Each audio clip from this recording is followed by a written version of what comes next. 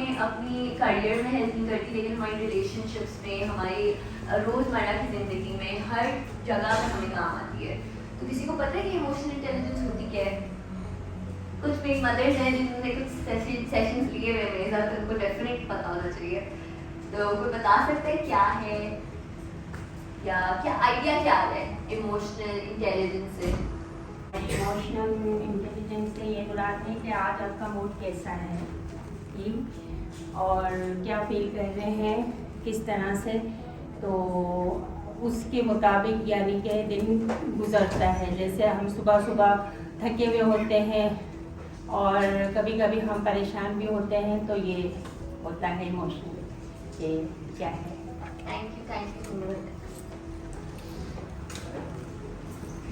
According to me emotional intelligence का मतलब, जहाँ तक मैं समझती हूँ, वो ये है कि सिचुएशंस आप पर आती हैं जब, तो आप उस पर रिएक्ट किस तरीके से करते हैं। अभी पिछले सेशन में हमने दिया था, हमारे माइंड जो है, एक वाइस माइंड होता है, एक इमोशनल माइंड होता है। तो सिचुएशन जब आती हैं तो हमें इमोशनल माइंड को थोड़ा सा कम डाउन करके और वाइस माइंड को अपर करके और फिर उसके डिसीजन लेना चाहिए। मैं तो ये समझी हूँ। नाम क्या है? सलमा, मिसेस सलमा बोला।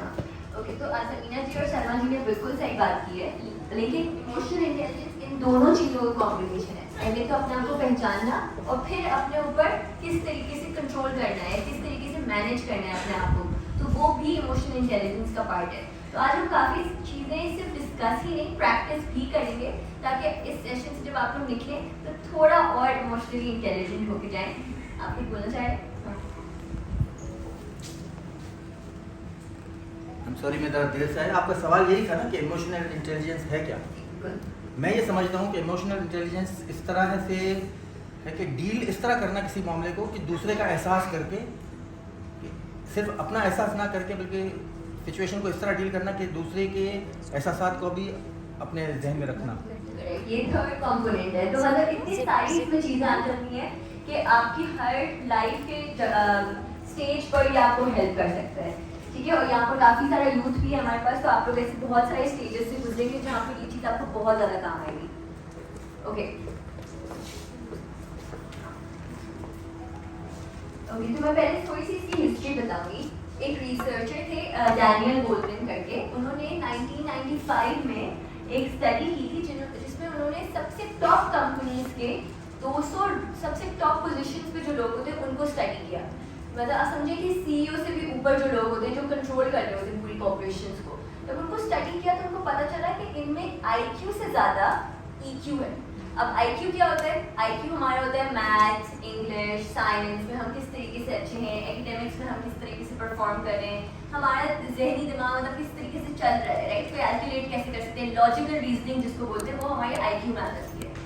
लेकिन ईक्यू क्या होता है वो हम अब फाइंड आउट करेंगे। लेकिन इन्होंने क्या फाइंड आउट किया कि जो टॉप 200 कंपनीज के जो ओनर्स हैं और उसके जो फाउंडर्स हैं और जो लोग इसको लीड कर रहे हैं, उसमें ईक्यू ज़्यादा है, उन लोगों में ईक्यू ज़्यादा है। तो ईक्यू इतना इंपॉर्टेंट है, लेकिन अफसोस की बात यह है कि हमारे स्कूल में ईक्यू पढ़ाया ही नहीं जाता।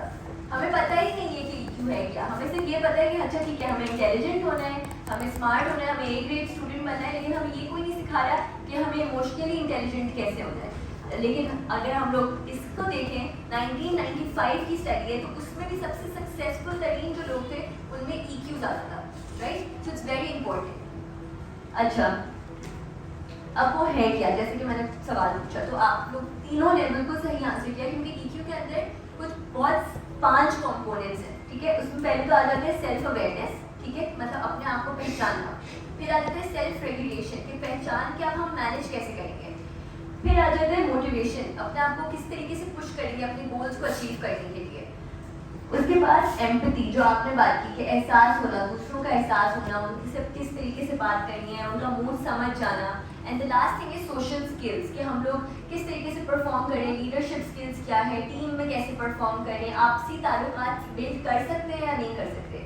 लेकिन आज के सेशन में मैं 3 चीज़ों पे फोकस करने वाली हूँ, which is self awareness, self regulation और सोशल स्किल्स, ठीक है। बिकॉज स्पेशली जो यूथ यहाँ पर बैठे हैं उनको ये 3 चीज़ें बहुत काम आएंगी, चाहे वो यूनिवर्सिटी हो जाए, जॉब हो जाए, कॉलेज हो जाए, anywhere you go, these 3 things you will help you a lot, right? अच्छा, ओके, अब ये है जैसे सेल्फ अवेयरनेस, ठीक है। तो अब सेल्फ अवेयरनेस में 3 चीज़ें आ जाती हैं, हमारी सोचें, हमारी फीलिंग्स और हम करते क्या, हमारे बिहेवियर, ठीक है। अब मैं एक एग्जांपल देती हूँ। एक बच्ची है, ठीक है, 14 साल की है और उसके अम्मा पापा बोल रहे हैं कि भाई तुम्हें बहुत अच्छा परफॉर्म करना है, बिकॉज आगे जाके तुम्हें इस यूनिवर्सिटी में जाना है, तुम्हें डॉक्टर बनना है। तो उसको बहुत सारे ख्वाब दिखाए उन्होंने। अब वो बच्ची जो है वो साइंस में फेल हो जाती है, तो वो क्या सोचेगी? तो बताएगा क्या सोचेगी? किसके पास है? क्या सोचेगी? बोले, जोर से बोल। हाँ, कैसे जाऊंगी और क्या सोचेगी? डिस्ट्रेस्ड हो जाएगी। अच्छा, ये डिस्ट्रेस्ड हो जाएगी, ये सोच है या फीलिंग है? फीलिंग है, राइट। हम लोग काफी दफा ये गलती कर लेते हैं कि हम अपनी फीलिंग्स को अपनी सोचें बना देते हैं कि डिस्ट्रेस तो हो जाएगी, फीलिंग है, लेकिन सोच क्या आएगी? क्या सोच आएगी इसको और क्या सोचेगी? वो पेरेंट्स के बारे में सोचेगी कि मेरे पेरेंट्स डिसहार्ट हो जाएंगे, उनके ख्वाब टूट गए सारे। सही है। वो गिल्ट में चली जाएगी। अच्छा, आपने एक बहुत अच्छी बात की, उनके ख्वाब टूट गए सारे। साइंस में फेल हुई है मतलब साइंस में फेल हो गई, 14 साल की बच्ची है, तो सारे ख्वाब टूट गए होंगे।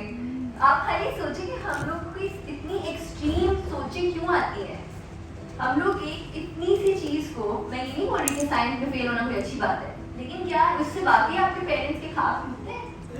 उनका सिर्फ एक ख्वाब आपके साइंस में आए, उनके तो और भी बहुत सारे ख्वाब होंगे ना आपके लिए। और अगर आप साइंस में नहीं भी ला पाए तो क्या आप मैथ्स में अच्छे नहीं है, क्या आप इंग्लिश में अच्छे नहीं है, क्या आप और सब्जेक्ट्स में परफॉर्म नहीं कर सकते, राइट। तो ये चीजें, ये सोचें हमारे आती है, ये डिस्ट्रेस कॉज करती है, ये डिप्रेशन कॉज करती है, एंग्जाइटी कॉज करती है। हम लोग इसकी उसमें चले जाते हैं बस। अब फॉर एग्जाम्पल एक और एग्जाम्पल देती हूँ मैं आपको, ठीक है। मैं गाड़ी चला रही हूँ, ठीक है, मेरा एक्सीडेंट हो जाता है। अब मैंने सोचना शुरू कर दिया कि भाई मैं तो गाड़ी चला ही नहीं सकती, अगली बार मैं गाड़ी चलाऊंगी तो मैं किसी को मार दूंगी।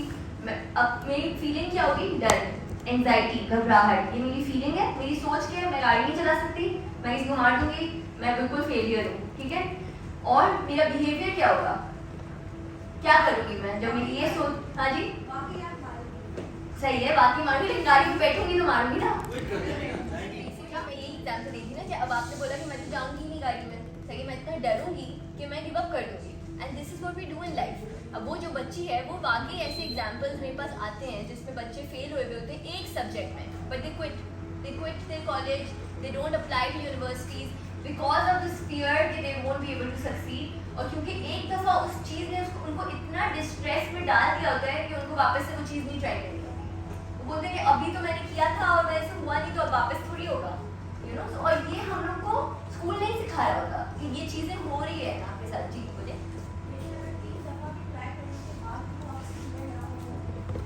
सही है, क्लियर ना हो तो इसका मतलब क्या है? इसका मतलब क्या, मतलब इसके बारे में आप क्या सोच रहे हैं, पहले तो ये इम्पोर्टेंट है। क्या क्लियर नहीं हो? जैसे केमिस्ट्री का पेपर ये मेरे साथ ही हुआ है। हाँ, second year में। ठीक है, तो मैंने एक दफा अटेम्प्ट किया, हाँ। जो एनुअल होगा है उसमें हाँ। मेरी सप्ली आ गई। ठीक है, मैं डिसहार्ट तो हुई, लेकिन मैंने फिर भी दोबारा से मैंने वो पेपर दिया, लेकिन फिर से मैं फेल हो गई ठीक है। केमिस्ट्री में। फिर तीसरी दफा दी तो वहाँ से फिर मुझे प्री मेडिकल से ही निकाल दिया। ओके। तो डेफिनेटली ये बहुत डिस्ट्रेस है, लेकिन इसमें आपने अपने बारे में क्या सोचा? मैंने छोड़ दी पढ़ाई कम से कम 3 साल के लिए, उसके बाद मैं आर्ट्स में चली गई। वेरी गुड, तो ये सही है, लेकिन 3 साल जो आपने अपने जाया किए, हाँ, वो वो सारे थे। तो बस मेरा दिल उठ गया पढ़ाई से, मैंने कहा मैं नहीं पढ़ूंगी। बिल्कुल सही। ये दिल जो हमारा उठ जाता है ना, ये ही तो है, ये तो मसला है, क्योंकि हम अवेयर ही नहीं। आपने जो डिसीजन 3 साल बाद लिया, वो शायद आपको फौरन लेना चाहिए था Exactly. कि मैं भाई यही सोचती हूँ। हाँ, कि मैं केमिस्ट्री में फेल हो गई, 2 दफा हो गई, उन्होंने मुझे निकाल दिया। हो सकता है इसमें मेरे मुझे नहीं अच्छा लगता हो केमिस्ट्री, तभी मैं नहीं पास कर पाई, हो सकता है मैं आर्ट्स में बैठ रही हूँ। और मजे वाली बात तो ये कि मैं साइंस हिस्ट्री की काफ़ी ब्राइट टीचर रह चुकी हूँ। तो फिर लेकिन हो सकता है एक और चीज़ भी है इसमें, काफ़ी लोग बच्चे पढ़ने में बहुत अच्छे होते हैं लेकिन एग्जाम देने में अच्छे नहीं होते। पता है ये चीज़? हाँ, क्यों? क्या होता है? नर्वसनेस होती है, एंग्जाइटी होती है। और एंग्जाइटी में क्या होता है वो भी हम आगे करेंगे कि हम लोग का जो दिमाग होता है ना, उसमें 2 हिस्से होते हैं। एक हमारा इमोशनल ब्रेन जो आपने बोला, और दूसरा पार्ट जो होता है वो हमारा साइंटिफिक लैंग्वेज में उसको हिप्पोकैम्पस बोलते हैं। वो लाइब्रेरी की तरह होता है हमारा, जिसमें हमारा सारा डेटा स्टोर होता है, ठीक है। और इमोशनल ब्रेन जो है ना, वो हमारा ऐसा होता है कि जैसे हम लोग को कोई खौफनाक चीज़ नजर आती है तो हम डर जाते हैं, वो हमारा इमोशनल ब्रेन कर रहा है रिएक्शन, ठीक है। उसको हम एमिगडाला बोलते हैं। ये आपको याद करने की कोशिश जरूरी नहीं है, लेकिन एमिगडाला और हिप्पोकैम्पस के बीच में कनेक्शन होता है, ठीक है। और क्या होता है कि जब हम कोई स्ट्रेसफुल सिचुएशन में आते हैं जैसे कि एग्जाम, तो हमारा वो कनेक्शन कट हो जाता है, और जब वो कनेक्शन कट हो जाता है तो फिर हम अपनी लाइब्रेरी के एक्सेस नहीं कर सकते, हम अपना डेटा एक्सेस नहीं कर सकते। अब हम लोग को सिर्फ टेंशन हो रही है और हमें कुछ याद नहीं आ रहा। कभी ऐसा है कि ब्लैंक हो जाते हैं आप लोग एग्जाम के टाइम में? बच्चे बहुत हाँ बोल रही है, बहुत इट हैपेंस राइट। बट उसका भी सॉल्यूशन है। व्हाई डू वी से डीप ब्रीथ? क्यों हम लोग बोलते हैं कि डीप ब्रीदिंग करना जरूरी है? क्यों डीप ब्रीदिंग करना जरूरी है? क्योंकि जब हम लोग का कनेक्शन ब्रेक हो जाता है, deep breathing is that pause जिसकी वजह से कनेक्शन वापस से बिल्ड होता है, and then you can access that data that you have in your brain जो आपका ब्रेक हो चुका है। और इसका मैं बहुत सिंपल स्ट्रैटेजी बताती हूँ लोगों को ब्रीथ करने का, क्योंकि मैं जब ब्रीदिंग का बोलती हूँ तो लोग बहुत बताते हैं ब्रीदिंग से क्या होता है, सही है, लेकिन यू हैव टू ट्राई, सही है। अब नेक्स्ट टाइम आप एग्जाम में बैठोगे right and you are scared and you are blank out, तो what you need to do is you make a box, ठीक है, टेबल पे बॉक्स बनाओ, ठीक है। और बॉक्स क्या होगा? इनहेल, सांसें, पॉज, एक्सहेल एंड पॉज। ये 3 दफा आपने बॉक्स बना लिया ना तो आपका हिप्पोकैम्पस से कनेक्शन जुड़ जाएगा, and then you can access the data that you have in your brain, ठीक है। तो क्या अभी सब करो, बॉक्स बनाओ मेरे साथ, ठीक है। ओके, इनहेल, सांस लो, पॉज, एक्सहेल, पॉज, ठीक है। Inhale, pause, exhale and pause, and inhale and pause, exhale, okay, it makes you feel better and this is मैंने तो थोड़ा जल्दी में कराया but you can do it as many times जब तक आपको थोड़ा calm feel नहीं होता, बोलते हैं ना calm your nerves, basically this is what it is। आप जब अपनी nerves को calm करते हो तब जाकर आप अपनी कोई भी पढ़ाई की चीज़ आपको याद आएगी, टेंशन में कुछ याद नहीं आता, ठीक है।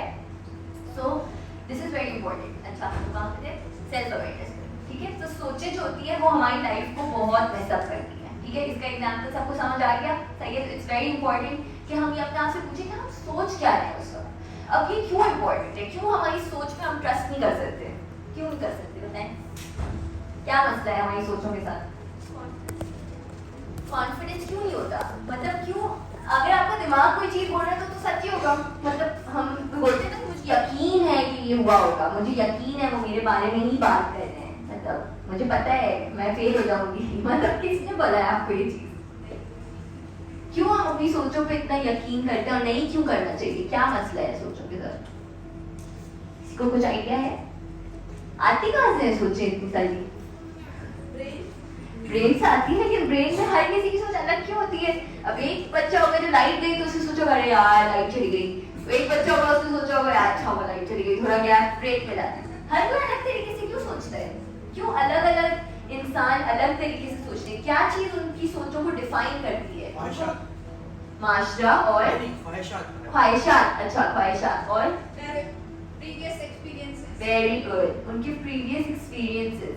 अब अगर मैं आपको एक एग्जांपल देती हूँ, ठीक है। तो एक बच्चा है, ठीक है, उसको बचपन से बोला गया है, पहले लड़की का एग्जांपल देती हूँ, इजी लगता है, ठीक है। तो एक लड़की है, उसको बचपन से बोला गया है तुम खूबसूरत नहीं हो, तुम खूबसूरत नहीं हो, तुम खूबसूरत नहीं हो, ठीक है। उसको हर कोई बोलता है, उसकी फूफो बोलती है, उसकी चाची बोलती है, मोहल्ले वाले बोलते हैं ये क्यों ऐसी है, इसकी बहन को देखो इतनी खूबसूरत है, बोलते हैं लोग, बोलते हैं हमारे मास्टर में, ठीक है। अच्छा, अब उसकी शादी हो जाती है, उसका हस्बैंड बहुत अच्छा है, ठीक है, मतलब उसको बहुत प्यार करता है, बेस्ट पार्टनर उसको मिला है, ठीक है। अब उसकी कोई लड़ाई हो जाती है छोटी मोटी, नॉर्मल, लड़ाई तो नॉर्मल है ना, मतलब हमारी रिलेशनशिप्स में।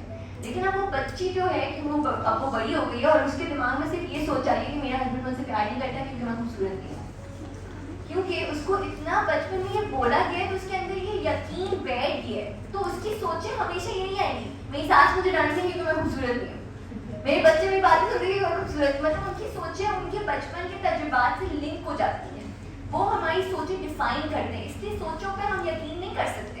Those are not the things that are true. वो तो हमें लोगों ने बोला है, हमने अंदर फीड कर दिया, अब जब भी ऐसे मोमेंट जब भी स्ट्रेस आता है हमारी वो सोचें बाहर निकल आती हैं, सही है। तो उस पर क्या हम यकीन करके 3 साल की गैप ले सकते हैं? ब्रेक नहीं लेना चाहिए। इनहेल नाक से करना है, होल्ड पेट में करना है, ठीक है, हाँ, एक्सहेल माउथ से करना है, और ऐसे करना है जैसे मोमबत्ती बुझा रहे होते हैं, मुंह करके नहीं करना है, एक साथ हल्का सा निकालना है, ठीक है। अच्छा, और कोई सवाल? बच्चों को देखेंगे ना, वो इस तरह ब्रीथ करते हैं। बेबीज जो होते हैं ना, उनको देखेंगे तो उनका पेट फूलता है जब वो ब्रीथ करते हैं, ठीक है। और that's the right way to breathe. हम बड़े होकर भूल जाते हैं ब्रीथ कैसे करते हैं, मतलब इतना बिजी हो जाते हैं लाइफ की चीज़ों में कि हमें ब्रीदिंग ही याद नहीं रहा, जो हमारी एग्जिस्टेंस का इतना इम्पोर्टेंट चीज़ है, राइट। अच्छा जी, इस पर एक क्वेश्चन है मेरा हाँ। As a science teacher. हम तो ये कहते हैं कि सांस लेते हैं तो हमारे जो लंग्स हैं उनको फूलना चाहिए, हाँ फेफड़े तो हमारे यहाँ है, तो फिर ये एब्डोमेन पर क्यों फोकस करते हैं ज़्यादा जो हाँ, एब्डोमेन है ना, जो गट जिसको बोलते हैं, ठीक है। गट में हमारी एंजाइटी रहती है, आप समझे। जब हमें डर लगता है तो हमें कहाँ फील होता है, जिसको कभी किसी को डर लगता है कहाँ महसूस होता है, पेट में दर्द होता है ना, पेट में दर्द हो रहा है, उल्टी आ रही है, स्टेज फ्राइट होता है, ये पेट में होता है, राइट। तो इसीलिए जब हम लोग ब्रीथ करते हैं ना, तो हमें पेट देख, यहाँ हाथ रखें और देखें कि बाहर आ रहा है, इसको भरना है। इसमें एक कंफर्ट आता है सांस लेने से।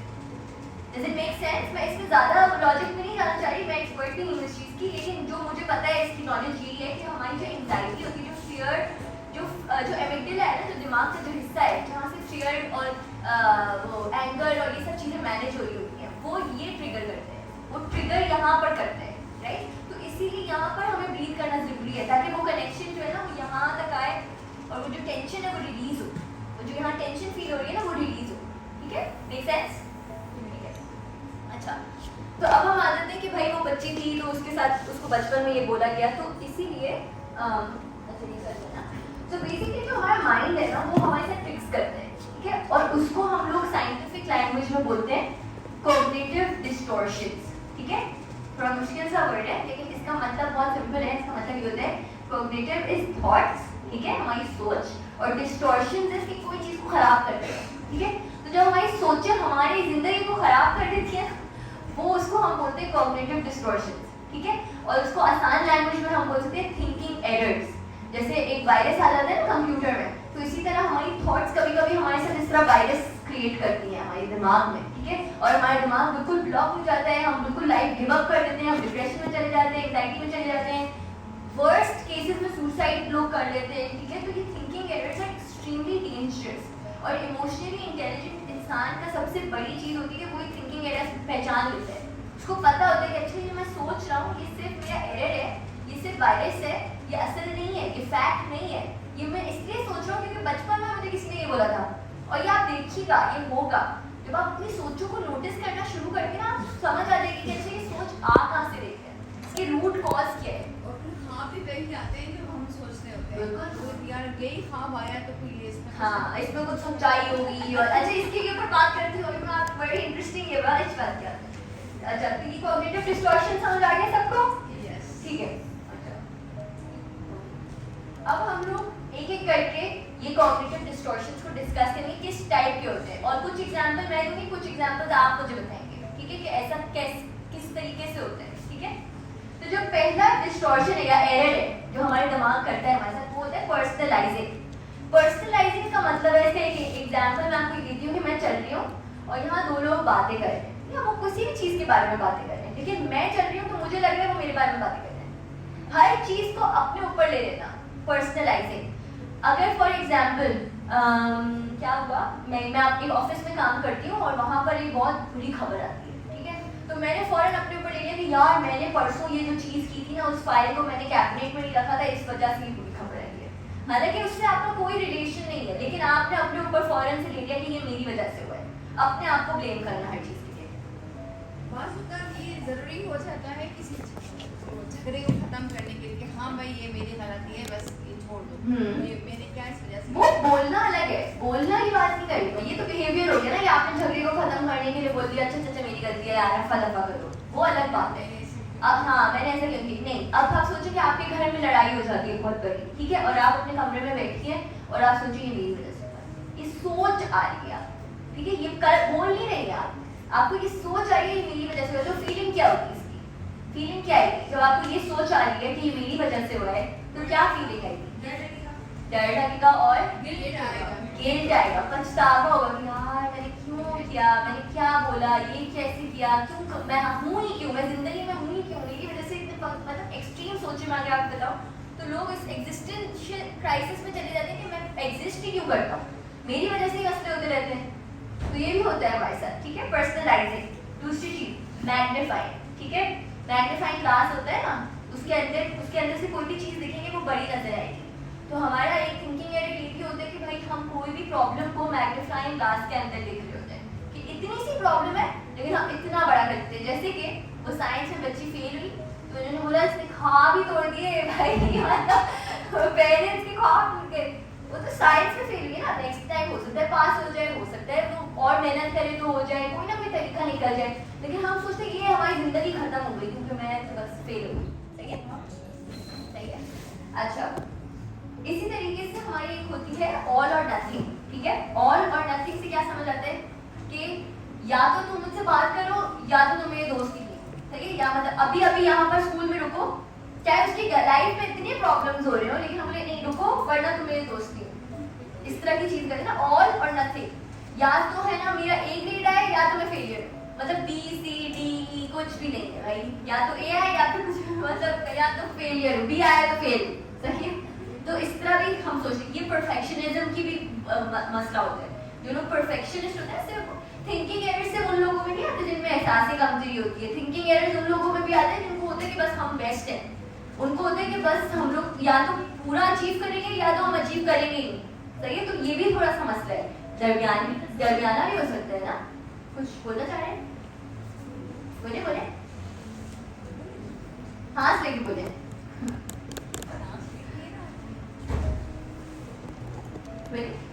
अच्छा उनकी कान में बोल देंगे, बोल देंगे।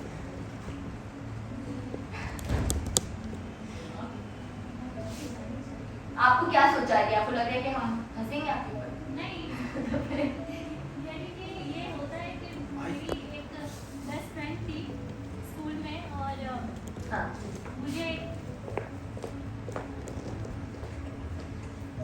तो बचपन से यानी कि उसके साथ पढ़ाई की स्कूल में।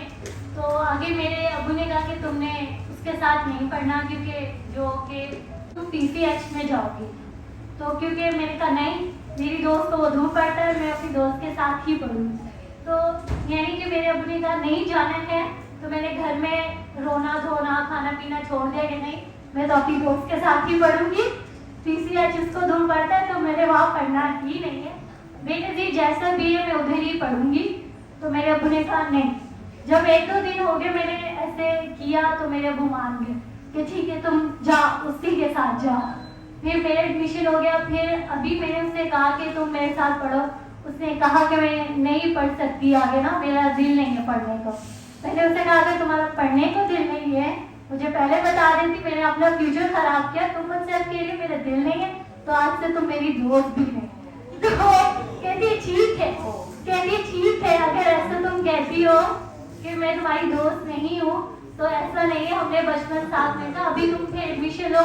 उसने कहा नहीं मैं एडमिशन नहीं लूंगी, तो मेरे साथ पायलट का कोर्स करो। मैं कहा ठीक है, मैं भी पायलट का कोर्स नहीं करूंगी, मैं भी आगे जाके पढ़ूंगी। मैं कहा तुमने ऐसे किया ना, मैं तुम्हारी दोस्त नहीं हूँ। लेकिन ऐसा कुछ भी नहीं होता, मैं उसके बगैर नहीं रह सकती, वो मेरी बेस्ट फ्रेंड है, मैं अब भी उसके साथ। यानी कि ये आवाज थोड़ी देर के लिए सोचते जरूर है लेकिन हम ऐसा कर नहीं पाते। ये आपको अच्छा एग्जाम्पल है, लेकिन इसको थोड़ा ब्रेक डाउन करते हैं, ठीक है। और आप लोग भी मदद कीजिएगा। अब इन्होंने बोला कि इन्होंने अपने फादर से बोला कि मैं इस यूनिवर्सिटी जाऊंगी, मेरी दोस्त जा रही है, वरना मैं नहीं जाऊंगी यूनिवर्सिटी, ठीक है। ऑल और नथिंग तो है, ठीक है, लेकिन इसमें आपकी सोच क्या आ रही थी, क्यों आपको नहीं जाना था दूसरी यूनिवर्सिटी, क्यों? वो मेरी बेस्ट फ्रेंड थी और उसका साथ यानी कि मैं किसी और के साथ रहती ही थी उसके साथ, तो मेरी सोच ये थी कि मैं जहाँ भी जाऊँगी उसके साथ ही जाऊँ। हाँ, और क्यों? अगर नहीं जाओगी तो क्या होगा? मैं चाहती ही नहीं उसके बगैर। हाँ, लेकिन इसको अगर हम थोड़ा और सोचे ना, तो कोई ऐसी सोच होगी आपके अंदर चल रही होगी, कोई डर होगा कि मैं अगर कहीं और जाऊंगी तो शायद मेरी और दोस्त नहीं बने, शायद वो मेरी दोस्त बनने की बात नहीं, ट्रस्ट की बात होगी कि बस एक है तो फिर बाकियों के साथ बातचीत करके क्या हो। तो इसलिए वो मेरी बेस्ट फ्रेंड भी थी, बेस्टी। लेकिन उसने आपको बोल दिया तो कि मेरा दिल नहीं जाना। मेरे साथ कॉलेज का कोर्स करो, मैंने भी कहते मैंने नहीं करना। हाँ, तो मैंने नहीं। तो इस पे किसी के कोई कमेंट्स हैं? कोई चीज बोलना चाहते हैं? But that's a good example. हाँ, मैं ये कहूँगी कोई इमोशनल डिसीजन था। that was an emotional decision. बिल्कुल आपने सही बोला कि आपने सोचा कि या तो मैं इसके साथ जाऊंगी वरना मैं इसकी दोस्ती नहीं हूँ, या फिर मतलब आपने अपनी दोस्ती की जो डेफिनेशन है ना वो ये रखी थी कि या तो मैं साथ जाऊंगी, और अभी भी यही हुआ कि जब उसने आपको ये बोला कि नहीं मुझे पार्लर का कोर्स करना है, तो कोई हर्ज नहीं है, उसको नहीं पढ़ना, उसकी अपनी मर्जी है इस चीज में।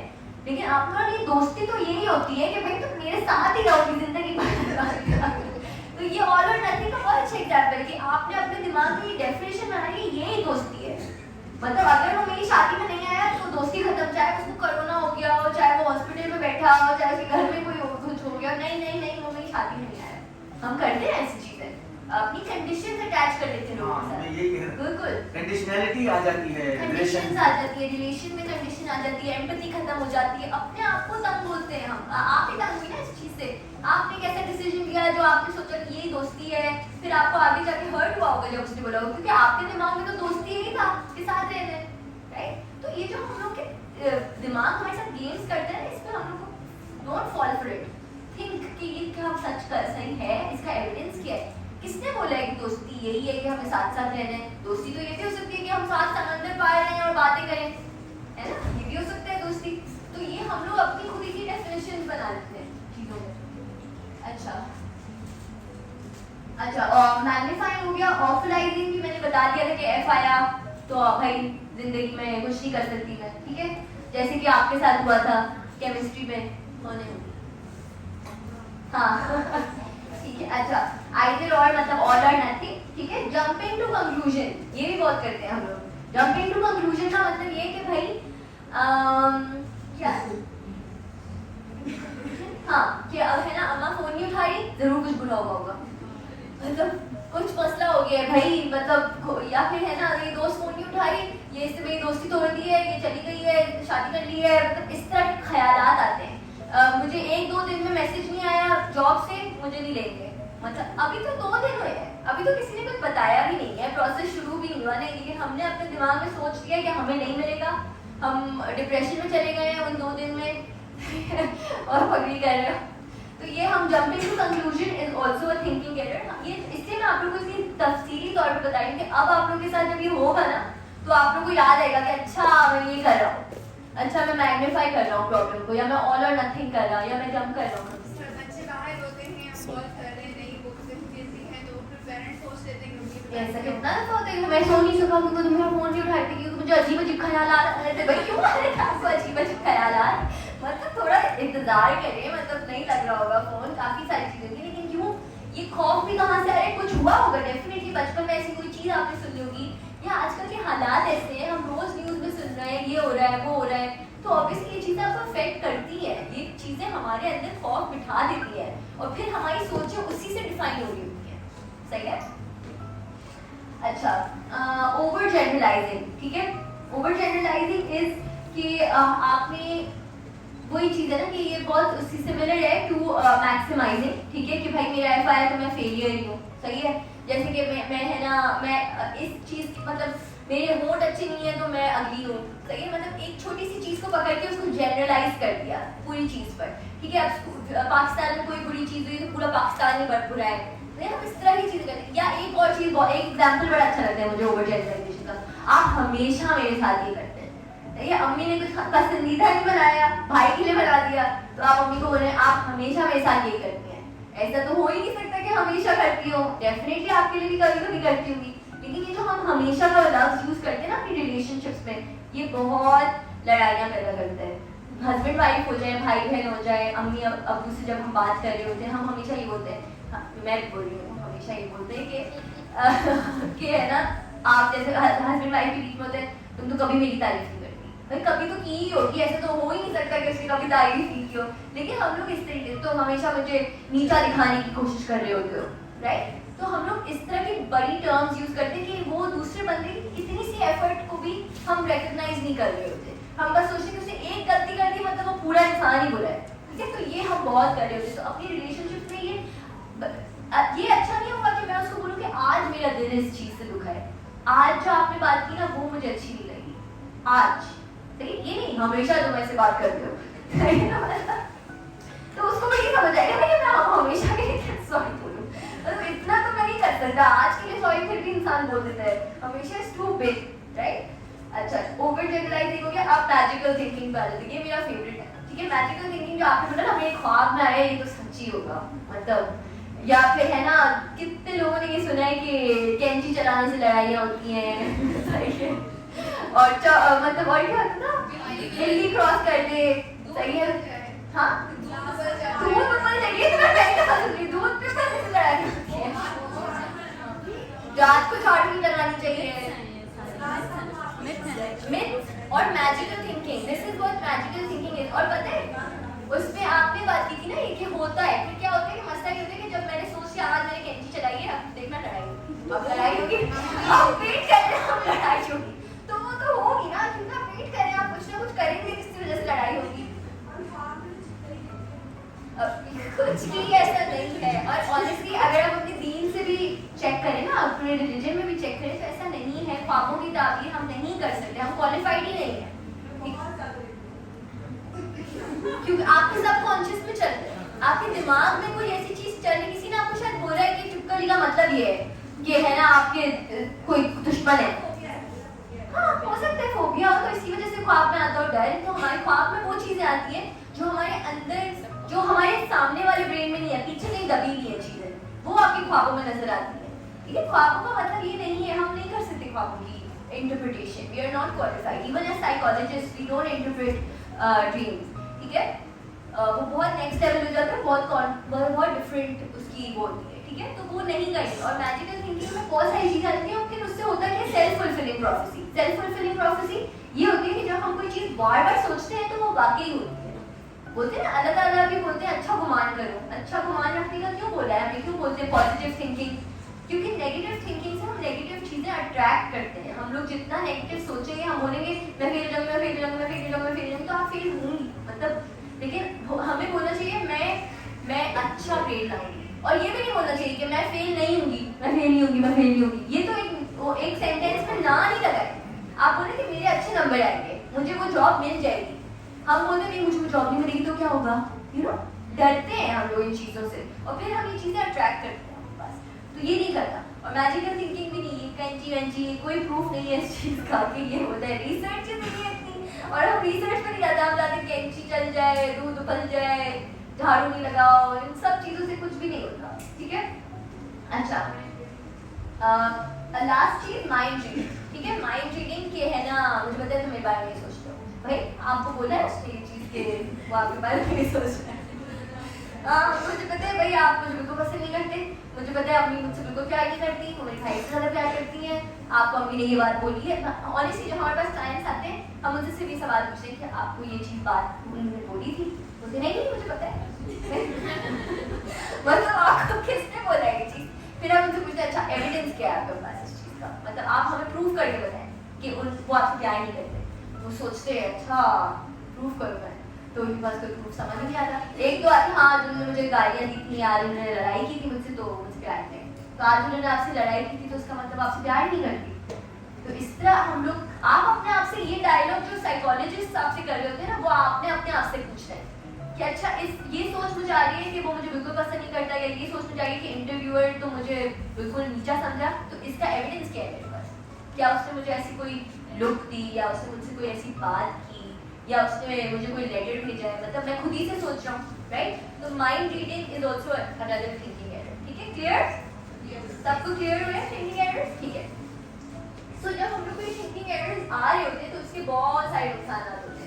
हम लोग डिप्रेशन में चले जाते हैं, पैनिक अटैक्स होते हैं, मतलब हम सिर्फ घबरा रहे हैं और हमें लगे हमें हार्ट अटैक आ रहा है, हम लोग को ऐसा लग रहा है कि हम सांस नहीं ले सकते, तो इसको हम पैनिक अटैक बोलते हैं। ठीक है, डिवोर्सेस होती हैं, सुसाइड होती है, बहुत सारी, ये बहुत छोटी, और हम लोग अभी हंसी मजाक में बात कर रहे हैं, लेकिन इसके बहुत बुरे रिपरकशंस होते हैं जो हमारे थिंकिंग एरर्स के होते हैं। ठीक है, अच्छा स्टूडेंट्स ड्रॉप आउट बहुत होता है इससे। ठीक है, जो डीमोटिवेट हो जाते हैं स्टूडेंट्स, वो छोड़ देते हैं पढ़ना। ठीक है, okay, how can you improve your self awareness? तो I am going to give you guys 5 minutes. ठीक है, एंड मुझे पता है क्योंकि मैं बोलूँगी इस तरीके से हम इम्प्रूव करना, आप घर जाके कीजिएगा तो कोई भी नहीं करेगा तो इसीलिए आप लोग अभी थोड़ा 5 मिनट्स लें। ठीक है, 5 मिनट्स में 3 चीज़ें लिखें। ठीक है, और अगर आपके पास पेन और पेपर नहीं है तो फ़ोन में लिख लें, and it's gonna be good for you. मतलब मैं चेक नहीं करूँगी आगे कि किसने लिखा है किसने नहीं लिखा, लेकिन this is just going to help you कि आप लोग और सेल्फ अवेयर बने, ठीक है। तो पहली चीज आप लोगों को क्या लिखनी है कि अपनी प्रायोरिटीज, लाइफ में आपके लिए क्या चीजें इंपॉर्टेंट है, 3 ऐसी चीजें लिखें और ऑर्डर में लिखें कि पहली चीज फैमिली है या काम है या फ्रेंड्स है, दूसरी चीज क्या है और तीसरी चीज क्या है, ठीक है। प्रायोरिटीज लिखें। दूसरी चीज जो आपने लिखनी है वो अपने गोल्स, 2 गोल्स लिखने हैं अपनी लाइफ के जो आपको करने हैं अचीव, चाहे वो बहुत बड़े गोल्स भी हो। आप बोल रहे हैं मुझे प्राइम मिनिस्टर बनना है, ठीक है, ये भी एक गोल है, फाइन, ठीक है, लेकिन आपको पता होगा कि आपको ये जिंदगी में अचीव करना है, ठीक है। द थर्ड थिंग इज, कितने लोग यहाँ पर इंटरव्यू दे चुके हैं, वैसे कोई जॉब का इंटरव्यूज दे चुके हैं, अच्छा, और कितने लोगों ने ये सवाल सुना है, what are your strengths and weaknesses? Okay, तो क्यों ये सवाल का मतलब है वो आपको चेक कर रहे हैं कि आपकी इमोशनल इंटेलिजेंस कितनी है। और हम पता है क्या कहते हैं इस सवाल में, this is my strength and this is also my weakness, सही है, मतलब मुझे टाइम मैनेज नहीं करना था लेकिन it's also my strength and it's also my, हम लोग इस तरह का कोई सवाल जवाब देते हैं बिकॉज हमने कभी अपने आप से नहीं पूछा कि what are our strengths and weaknesses, right. So today you will write that, अपने पास नोट करें कि आपकी स्ट्रेंथ क्या है। और इसका एक अच्छा तरीका ये होता है याद करें कि कब आपको बहुत सक्सेसफुल फील हुआ था। तो एक बच्चे को फॉर एग्जांपल सक्सेसफुल फील हुआ था जब वो ट्यूशन दे रहा था और बच्चे का A ग्रेड आ गया, तो उसको सक्सेसफुल फील हुआ ना कि ओह ये मेरी वजह से हुआ है। तो इसका मतलब है टीचिंग इज योर स्ट्रेंथ, समझ आ रही है। और वीकनेस कैसे फाइंड आउट करते हैं कि what can I improve in my self, क्या ऐसी चीजें जो मुझे रोक रही है अपना गोल अचीव करने के लिए, क्या चीज पे मैं काम कर सकती हूँ या कर सकता हूँ, ठीक है। तो वीकनेस 5 मिनट्स, ठीक है, and then write and then we can discuss अगर आप लोगों को डिस्कस करना हो। ये SWOT के नाम से हमने ये पिछले एक सेशन में बनाया था पिछले साल में, तो अल्हम्दुलिल्लाह आई हैव डायरी और ये सब कुछ अल्हम्दुलिल्लाह ये लिखा हुआ है, बिल्कुल सही है। तो ये सेल्फ SWOT के नाम से मेरे पास सेल्फ SWOT वर्ड, हाँ सेल्फ वर्ड, बिल्कुल सेल्फ SWOT SWO, अच्छा SWOT एनालिसिस, वीकनेस है, ऑफ क्या है, और इमोशनल इंटेलिजेंस है, और D4 थ्रेट है कि आपको अच्छा क्या फील हो रहा है, ऑफर अपॉर्चुनिटीज है। Okay that's a very good way, ये अल्हम्दुलिल्लाह ये मेरे पास बना हुआ है, बहुत अच्छी चीज़ है। तो आप इसको इसी को देखकर अपनी आप पास लिखें प्रायोरिटीज, स्ट्रेंथ्स एंड वीकनेसेस और क्या बोला था मैंने, गोल्स, ठीक है। 5 minutes.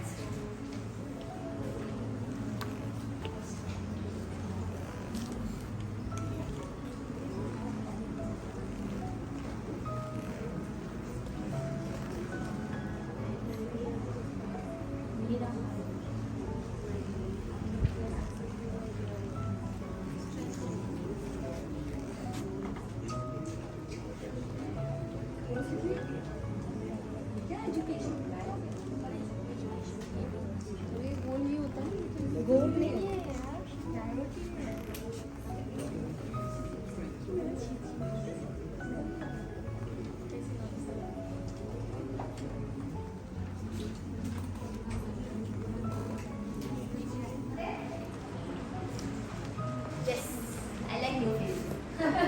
Well, Mike, Ruma, you feel like Mike? कोई है Mike? हाथ उठाओ.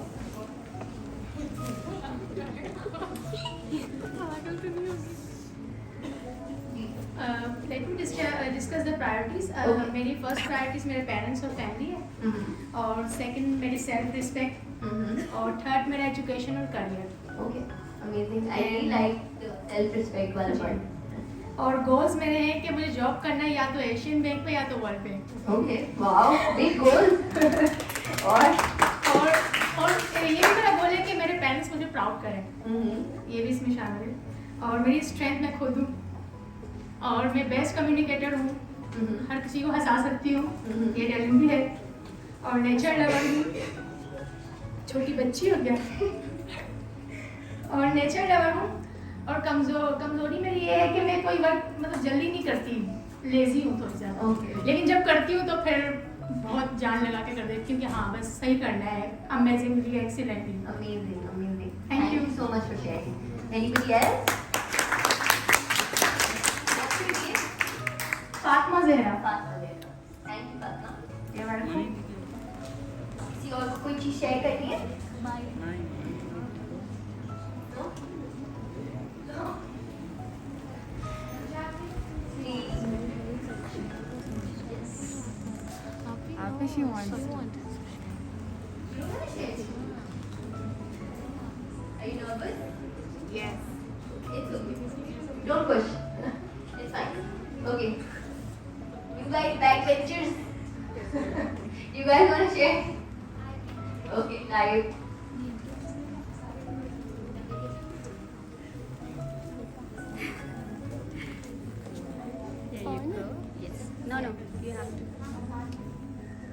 Yes, so my priorities are first is my family, then my career, and then my friends. And my goals are first to become a psychologist, and second I want to go abroad for a master's. My strength is my questioning and my speaking talent, and my weakness I feel like being reserved every time, even on the times that I feel like that I shouldn't be like that. So I think that is my weakness. Amazing. Thank you so much, Maria, for sharing. अच्छा, अब इससे फायदा क्या होता है? सही है, self aware होने का। और मैं आपकी एग्जाम्पल पे बात करूँगी, जिन्होंने अपने दोस्त के लिए कॉलेज छोड़ दी थी। अब फॉर एग्जाम्पल उन्होंने बात की कि उनका जो करियर है वो उनके फ्रेंड्स से पहले आ रहा है प्रायोरिटी लिस्ट में। तो कभी भी उनकी लाइफ में कोई ऐसा डिसीजन आएगा ना, मुश्किल डिसीजन, तो वो अपनी प्रायोरिटी लिस्ट को याद करेंगी कि अच्छा मेरा करियर जो है ना वो मेरे फ्रेंड से पहले आ रहा है। तो मेरे जो अब्बा बात कर रहे हैं ना कि मेरी यूनिवर्सिटी ज़्यादा है, कॉलेज ज़्यादा बेहतर है, तो then I have to make that choice because मेरी प्रायोरिटी इज माई करियर। ठीक है, तो इस तरीके से जो है ना हमारी सेल्फ अवेयरनेस डेवलप होती है। इसी तरीके से फिर जब हमारे पास डिसीजन आते हैं बड़े बड़े, तो हम इन चीज़ों को देखकर, अपनी स्ट्रेंथ्स वीकनेसेस को देखकर, अपने गोल्स को देखकर, अपनी प्रायोरिटीज को देखकर डिसीजंस लेते हैं। Clear? This was self awareness. Self awareness अभी तक क्लियर हो गया है सबको? ठीक है, okay, now we will move on to self regulation. ठीक है, अच्छा, सेल्फ रेगुलेशन जिसपे हम लोगों ने अभी बात की थी कि basically it's being in charge of ourself. कि अच्छा हम लोग को कभी आप लोगों ने ये सुना है बचपन में कि गुस्सा तो शैतान का काम है, सही है? अच्छा, गुस्सा नहीं करते और अपसेट नहीं होते, नाराज नहीं हो, ये नहीं हो, वो नहीं हो। हम लोग को हमेशा बोला जाता है कि ये वाले इमोशंस हमें नहीं फील करने, नेगेटिव इमोशंस को फील नहीं करो। ठीक है, गुस्सा भी नहीं हो, अपसेट भी नहीं हो, सैड भी नहीं हो, सैड हो रहे हो, नाशुक्र हो रहे हो, ये सारी चीज़ें हमें बोली जाती है, राइट? और क्यों बोली जाती है? क्योंकि उनको भी बोली गई होंगी, तो वो भी सीखे हुए, मतलब हमारे पेरेंट्स को भी बोली गई होंगी ये चीज़ें। लेकिन हमें ये नहीं सिखा रहे होते कि हुजूर पाक सल्लल्लाहु अलैहि वसल्लम क्या करते थे गुस्से में। किसको पता है क्या करते थे गुस्से में? एक बंदे को पता है पूरी सेशन में। हाँ, पता है, वेरी गुड। क्या बताएं? मफ़हूम है जिसमें उन्होंने बताया कि अगर तुम्हें गुस्सा आ रहा हो तो तुम खड़े हुए हो, अगर तुम्हें गुस्सा आ रहा हो तो तुम खड़े हुए हो तो तुम बैठ जाओ, अगर तुम बैठे हुए हो तो खड़े हो जाओ या लेट जाओ या पानी पी लो। बिल्कुल एक्सीलेंट। और अब ब्रीदिंग, अब जो है साइकोलॉजी कितनी पुरानी है, और अब साइकोलॉजिस्ट रिसर्च करके शो कर रहे थे मूवमेंट इज इफेक्टिव, पानी पीना इज इफेक्टिव, सांस लेना is effective for anger management. सही है, तो हम लोग अपनी ही रूट्स को पीछे चल रहे हैं। मैं आपको नहीं बोली बड़ी बड़ी किताबें पढ़े एंगर मैनेजमेंट की या सेल्फ कंट्रोल की, आप अपनी ही रूट्स में चले जाएं। अपने पेरेंट्स से पूछे कि अच्छा हुजूर पाक सल्लल्लाहु अलैहि वसल्लम क्या करते थे जब उनको गुस्सा आता था या वो अपसेट होते थे तो क्या करते थे? वो रोते थे, मतलब रोते थे। रोना बुरी बात नहीं है। हम लोग बोलते नहीं रो नहीं, नाशुक्री होती है, इतनी सारी चीजें तो है हमारे पास, रोना नहीं, मेरे सामने ये रोती की शक्ल निकल नहीं आओ, बोलते हैं ना। क्यों? Why are we so shy of showing our emotions, right? तो रेगुलेट तो बात की बात है, पहले तो एक्सप्रेस करना है ना। रेगुलेट हम लोग तो दिखाते ही नहीं है और मना करते हैं, दिखाओ भी नहीं उसको, बाद में मैनेज करेंगे ना उस चीज को। ठीक है, तो अगर हम लोग सिर्फ अपनी रूट्स पे भी देखें तो हमारे दीन ही हमें सिखाता है कि भाई किस तरीके से गुस्से को मैनेज कर रहे होते हैं। सो जैसे आपने बात की, जो हदीस का मफहूम आपने बताया, उसमें यही है कि अगर आप खड़े हुए हो तो बैठ जाओ और बैठे हुए हो तो लेट जाओ। तो उससे आपका, क्योंकि मूवमेंट हो रही है बॉडी में, ब्लड सर्कुलेशन होती है। इसका साइंटिफिक रीजन है, ये कोई ऐसी बात नहीं है, साइंटिफिक रीजन है जिसकी वजह से हमारा गुस्सा ठंडा हो जाता है। ठीक है, इसी तरीके से दुआ लोग करते हैं। सही है, दुआ से क्या होता है? मैं रिलीजन और साइंस को वो कन्वर्ज करके बताइए। दुआ से ये होता है कि बेसिकली हम अल्फाजों में बयान कर रहे हैं जो हमें फील हो रहा है। जब हम बयान कर रहे हैं तो हमें वो जो हमारे दिमाग में इतनी बड़ी चीज़ है ना, वो छोटी लगना शुरू हो जाती है। जब भी हम अपनी सिस्टम से बाहर निकालते हैं ना, आप नोटिस कीजिएगा ये बात, आपके घर पे कोई लड़ाई हुई है, आपके अंदर ना बहुत गुस्सा भरा हुआ है, ठीक है, हाँ, फिर आपने अपनी दोस्त को बताया ये हुआ है, तो आपने बता दिया ना, ठंडे हो गए। बोला अच्छा यही तो हुआ है, कोई बात नहीं, चलो मैं ठंडा हो जाऊंगा, घर जाऊंगा देख लूंगा। अब खुद ही ठंडे हो जाते हैं सिर्फ बताने से। उसकी तो आपके दोस्त ने कोई एडवाइस नहीं किया आपको या कोई सोल्यूशन भी नहीं दिया होगा, लेकिन क्योंकि आपके मुंह से वो लफ्ज निकल के आपके दिमाग से हट गया ना, तो आप इजी हो गए। तो दुआ is basically talking to Allah ताला, राइट? यू आर डिस्कसिंग कि क्या हुआ है in front of your God, सही है? तो इसकी वजह से आप हल्का फील करते हैं, ठीक है? उसके बाद हमारे पास ये जो है औज़ु बिल्लाहि मिनश शैतानिर रजीम, ये बेसिकली ये भी तस्बीह है जिससे हम लोग, जैसे हम फील करना हो, आप कोई भी चीज़ को दोहराएंगे ना, इसका मतलब यही है ना कि हम लोग पनाह मांगते हैं शैतान से, राइट? तो ये जो दीन पे बिलीव करने वाले हैं उस पर भी बहुत काम आती है ये चीज़। और वो ये बात है कि हम बिलीव कर देते हैं कि ठीक है अब ये हमारा गुस्सा हटा देगा, तो आपका गुस्सा हट जाएगा इस चीज़ से, ठीक है? फिर पानी पीना, ठीक है? चुप हो जाना, बोलते हैं कि उस वक्त चुप हो जाओ। क्यों चुप हो जाओ? क्योंकि गुस्से में इंसान ऐसी बातें बोल देता है जो दूसरे इंसान के दिमाग में लग जाती हैं। हम सोचते नहीं है कितनी सारी डिवोर्सेस गुस्से में होती हैं। क्यों? क्योंकि वो गुस्से में, और ये चीज़ें ऐसे ही होती हैं, गुस्से में हाथ भी उठ जाता है, गुस्से में बुरी चीज़ें हो जाती हैं। इसीलिए बोलते हैं उस वक्त अपने आप को काफ लो, बाद में उसको ऊपर मैनेज करो। चुप होने का मतलब ये नहीं कि चुप होकर बस आप खत्म हो गया, गुस्सा रफा दफा हो गया, नहीं। फिर आप गुस्से में, आपने चुप हुए, आप वहाँ कमरे से बाहर निकल गए, आपने थोड़ा टहल लिया, आपने दुआ पढ़ ली, आपने पानी पी लिया, आपने और स्ट्रैटेजीज इस्तेमाल की उसको ठंडा करने के लिए। फिर आप कमरे में आए, फिर बात की। उस वक्त बात करेंगे तो मामला खराब हो जाएगा, ना वो सुनेगा आगे वाला, ना आप सुन रहे होंगे, तो कोई बात खत्म ही नहीं होगी, वही चलती रहेगी, राइट? अच्छा, शावर लेने का बोलते हैं, वुज़ू करने का बोलते हैं, वही चीज़ें, क्योंकि पानी से हम लोग को वैसे ही ठंडा महसूस होता है। तो जो गुस्सा हमारी बॉडी में गर्माइश पैदा करता है, उसको ठंडा करने के लिए पानी का बहुत इस्तेमाल करने का बोला है, ठीक है? और ये सब हमारे दीन में है, मतलब मैं तो कोई साइंस की बुक से भी नहीं निकाली ये चीज़ें, ये सब हमारे कल्चर में, लेकिन हमें कोई सिखा नहीं रहा होता, ठीक है? पेरेंट्स सिखा रहे होते हैं, लेकिन स्कूल में भी ये चीज़ सिखानी चाहिए, क्योंकि ये चीज़ें सिर्फ हमें यहाँ पर काम नहीं है कि आपके जॉब में भी आपको काम आएगी। आपको बहुत चीज़ों पे गुस्सा आएगा, तो आप क्या करेंगे? क्या वहाँ पर अपने बॉस पे चिल्लाना शुरू कर देंगे? नहीं करेंगे ना। तो आपको पता होनी चाहिए कि क्या स्ट्रैटेजीज है जो आपके गुस्से को कंट्रोल कर सकें, ठीक है? ओके, अच्छा, इसमें एक और चीज़ जो होती है इम्पॉर्टेंट, मैं सारी चीज़ों की बात नहीं करूँगी, ये सब चीज़ें हैं कि आपने प्री प्लान कर लिया, सिर्फ गुस्से की बात नहीं है ना, और भी तो अर्जेस होती हैं, और भी तो इमोशंस होते हैं, अच्छे भी इमोशंस होते हैं, लेकिन कुछ इमोशंस हमारे लिए हेल्दी नहीं होते। अब फॉर एग्जाम्पल, एक बच्चा है, ठीक है? एक बच्चा है, उसको लॉलीपॉप खाना है, अब उसके लॉलीपॉप खा कर दांत सड़ गए हैं, ठीक है? लेकिन उसको ना खाना है, मतलब उसकी अर्ज है, उसकी टेम्पटेशन है ये चीज़ कि उसको लॉलीपॉप खाना है, ठीक है? तो क्या हम उसको लॉलीपॉप दे देंगे?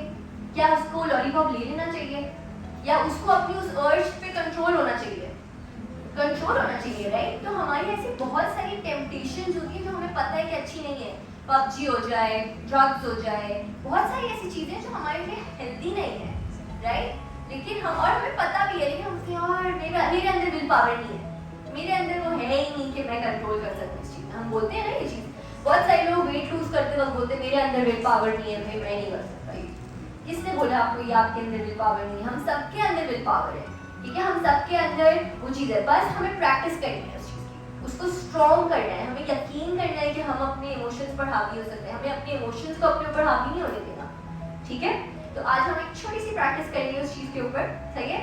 और मैं आपको सिर्फ एग्जाम्पल देना चाह रही हूँ कि हमारी टेम्पटेशंस में हम कंट्रोल करते कैसे, ठीक है?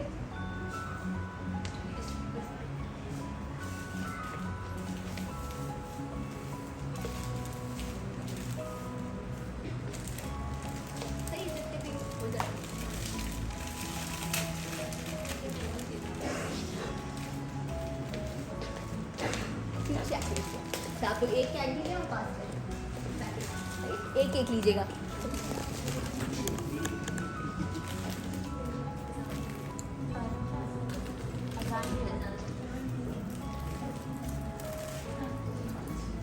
और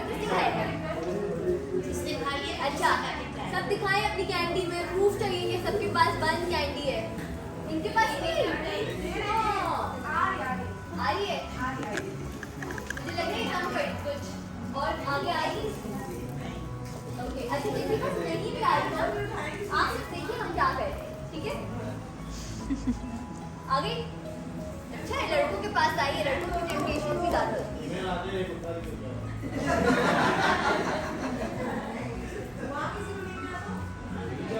कोई they will learn. This is just a demonstration obviously. तो आप लोग देखेंगे बेसिकली क्या कर रहे हैं हम लोग, और फिर आप लोग ये घर पे किसी भी चीज़ के साथ ट्राई कर सकते हैं, ठीक है? और बच्चों के साथ जरूर ट्राई कीजिएगा, ये बहुत मज़ा आता है उनके साथ करने में।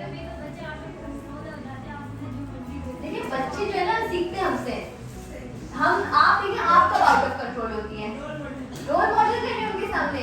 कभी आप उनके सामने बॉक्स बनाना शुरू करेंगे ना, खुद ही आप पूछेंगे क्या कर रही है, बॉक्स क्यों बना रही है आप, फिर आप उनको समझाएंगे तो वो भी करेंगे वो चीज़। बच्चे बहुत जल्दी लर्न करते हैं, सही है? अच्छा, और सबके पास हो गई? डन? दिखाएं प्रूफ। अब हाँ निकाले भाई एक्टिविटी। अच्छा यहाँ पे नहीं मिली कोई बात नहीं, आप लोग ऑब्जर्व करें, ठीक है? ओके, जिनके पास है वो अब अपने हाथ में कैंडी पकड़े, फील करें इसको, अच्छी तरह फील करें पैकेट को, की आवाज सुने, कान के पास रखें। अच्छा अब स्मेल करें। आसान हो रही रमशा। अब थोड़ा सा पैकेट खोल के स्मेल करें। खाए नहीं, क्यों नहीं बचेगी, कंट्रोल करें।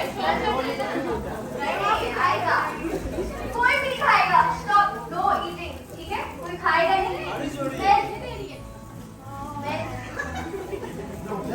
सही खोलेगा नहीं, सिर्फ स्मेल करें, खोलेगा नहीं।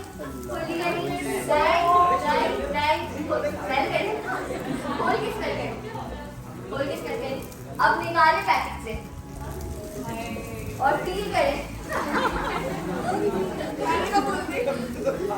फील करें उसको सॉफ्ट अंदर से चॉकलेट निकलेगा। अभी तो चेक के बारे में हाँ लावा निकलेगा सब चीज का। अच्छा ऐड दिमाग में लाओ, फील करो।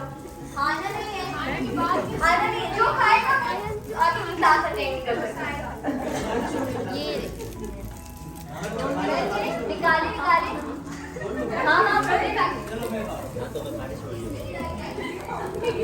गिरा दे बेटी, आउट ऑफ कंट्रोल होगा कंट्रोल। क्या नाम है आपका? मोहम्मद फैसल। कंट्रोल सर मैं भी खा चुका है। मोहम्मद फैसल, आप अपनी जिंदगी में देखें कौन सी टेम्पटेशन है आपके पास और? अच्छा ठीक है, सबने निकाली अपनी कैंडी, खोली, आप खोले। हाँ स्मेल करें आप ज्यादा अच्छी तरह। कैसा फील हो रहा है? खा नहीं सकते, दिल चाह रहे, टेम्पटेशन हो रही है, इसको फील करें, ये टेम्पटेशन है। लेकिन अभी देखिए आपके पास कंट्रोल है, फील करें कि ये टेम्पटेशन है, ये ऐसे ही आती है आपके पास, लेकिन कंट्रोल आपके पास है।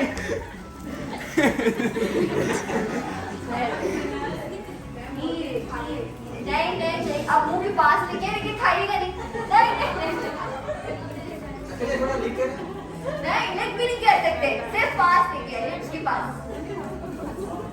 कैसा फील हो रहा है? अंदर से कुछ सलाइवा निकल रहा है, महसूस हो रहा है, मुंह में पानी आ रहा है। वेरी गुड, मुंह में पानी आ रहा है, इसका मतलब टेम्पटेशन आपको अच्छी नहीं लगती होगी ना।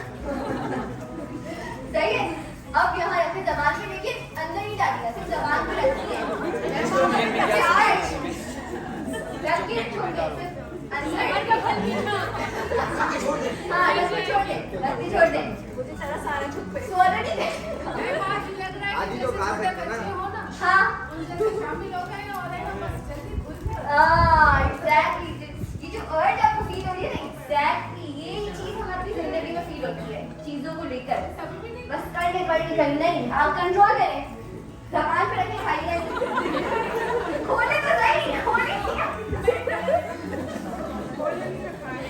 ऐसे क्यों है कि खोले तो खा रही थी भाई, कंट्रोल करें। बच्चों में तो थोड़ा भी नहीं है, बच्चों में कैसे ना आपने नहीं है खोले और यहाँ रखें और खाइएगा नहीं, हाँ खाइएगा नहीं, सब है जबान। वेरी गुड, ये अंकल विनर है सेल्फ कंट्रोल। वेरी गुड, ये बच्चा भी। अच्छा अब मुंह बंद करें, खाइएगा नहीं, क्यों नहीं करना। अब कैसे फ्लड हो रहे, मुंह में पानी कैसे फ्लड हो रहे, फील हो रहे ना। वेरी गुड, अब दांत के बीच में पकड़े, लेकिन खाइएगा नहीं।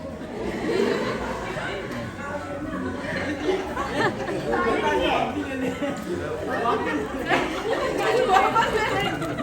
कुछ लोगों ने खोली नहीं है डर से। आप लोग अपने ऊपर यकीन तो करिए। Very good, very good, very good. I am so proud of this little child. देखिए इसकी उम्र क्या है और कितना अच्छा कंट्रोल है। बताइए, वेरी गुड।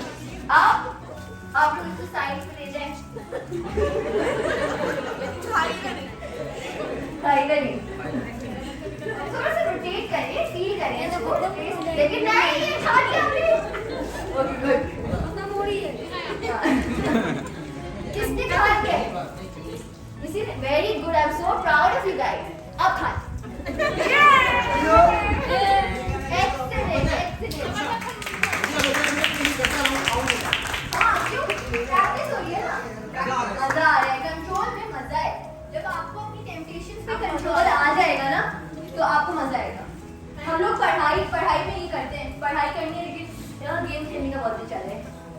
लेकिन मुझे बहुत ज़्यादा पढ़ना है, मेरा क्विज है कल, सही है, लेकिन गेम खेलनी है। ये टेम्पटेशन आ गया ना, गेम खेलनी है, सामने पड़ा है रिमोट या मोबाइल पड़ा है, अभी उठा के खेल सकता हूँ।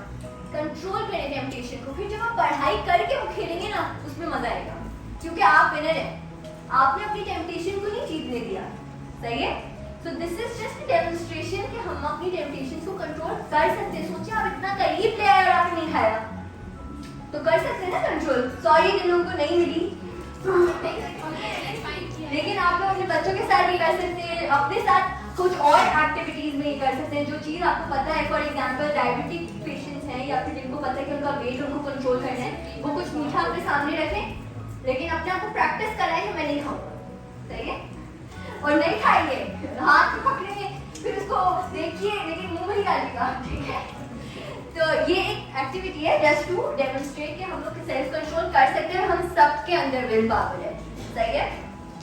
अच्छा, अब हम ये करते क्यों हैं? अब कुछ यहाँ पर बच्चों ने शायद ये चीज़ देखी होगी, मैंने दिखाई थी एक दो बच्चों को, लेकिन हमें आपको ये एक्सपेरिमेंट दिखाऊंगी, ठीक है। वो आपको दिखाएगा कि हम लोग ये करते क्यों हैं। याद है ना एक्सपेरिमेंट? अच्छा, ठीक है।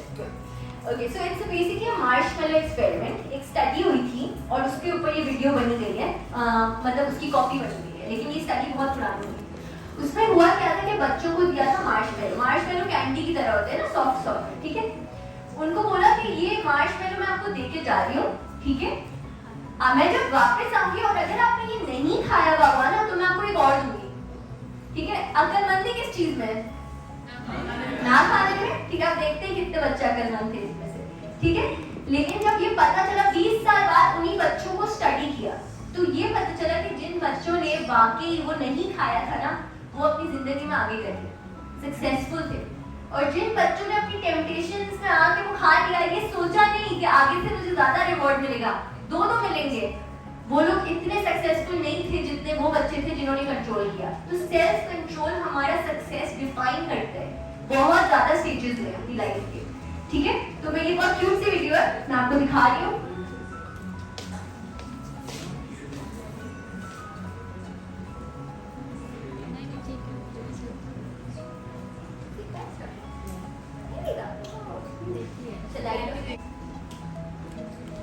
और ये आप लोग अपने छोटे बच्चों के साथ कर सकते हैं जिनको इंस्ट्रक्शन समझ आ रहे हैं ना, ये एक्सपेरिमेंट आप लोग कर सकते हैं देखकर, फिर उनको समझाइएगा भी कि क्या है।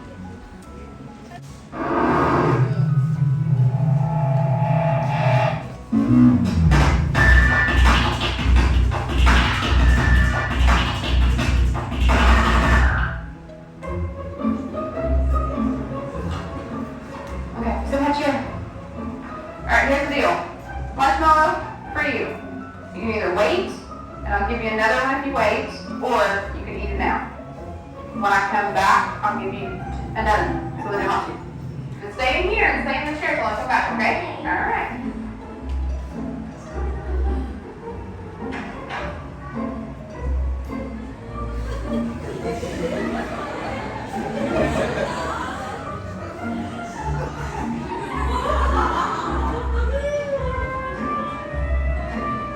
I'm gonna go do something, and I'll come back. It's yummy, yummy. It's really good.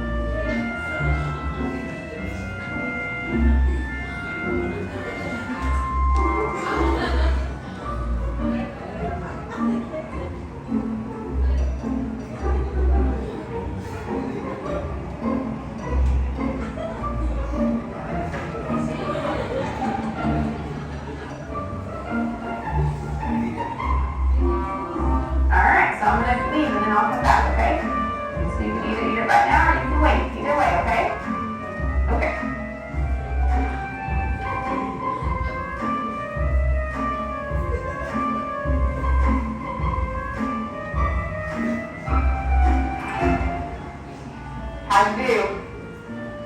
Did you do good? You did? You wanted to eat, didn't you? Yeah. So if I give you another one, okay, I can have both.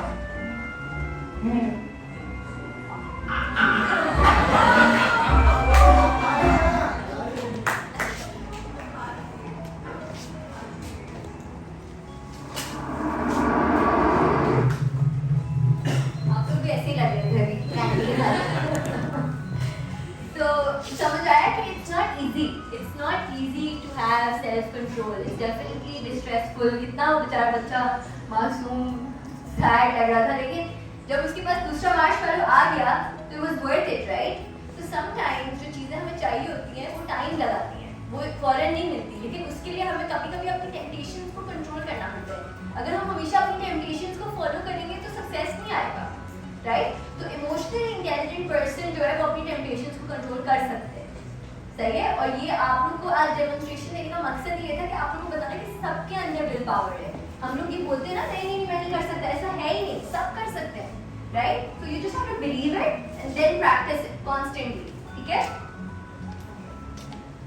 अच्छा, अब हम अपने last चीज पर आ गए which is the social skills. ठीक है, social skills is a relatively easier thing to understand because ये चीज़ हमें स्कूल में फिर भी बताई जाती है कि कम्युनिकेशन स्किल्स क्या होती हैं, प्रेजेंटेशंस कराई जाती हैं, राइट? तो ये उसी में आता है. लेकिन आज जो आपने बात की थी एहसास की, राइट? एहसास जो होता है वो क्या होता है? एम्पैथी क्या होती है? हमदर्दी. और सबको यहाँ पर पता है डिफरेंस क्या होता है एम्पैथी और सिंपैथी के बीच में?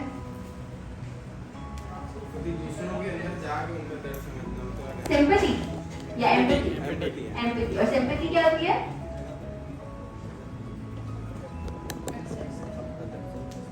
अब मैं सिंपैथाइज करूं तो मैं क्या बोलूंगी? हे बेचारा, उसके साथ क्या हो गया? फिर मैं अपना काम करना शुरू कर दूंगी, ठीक है? और अगर मैं एम्पैथाइज कर रही हूँ तो मैं क्या करूंगी? मुझे उसका दर्द फील होगा, राइट?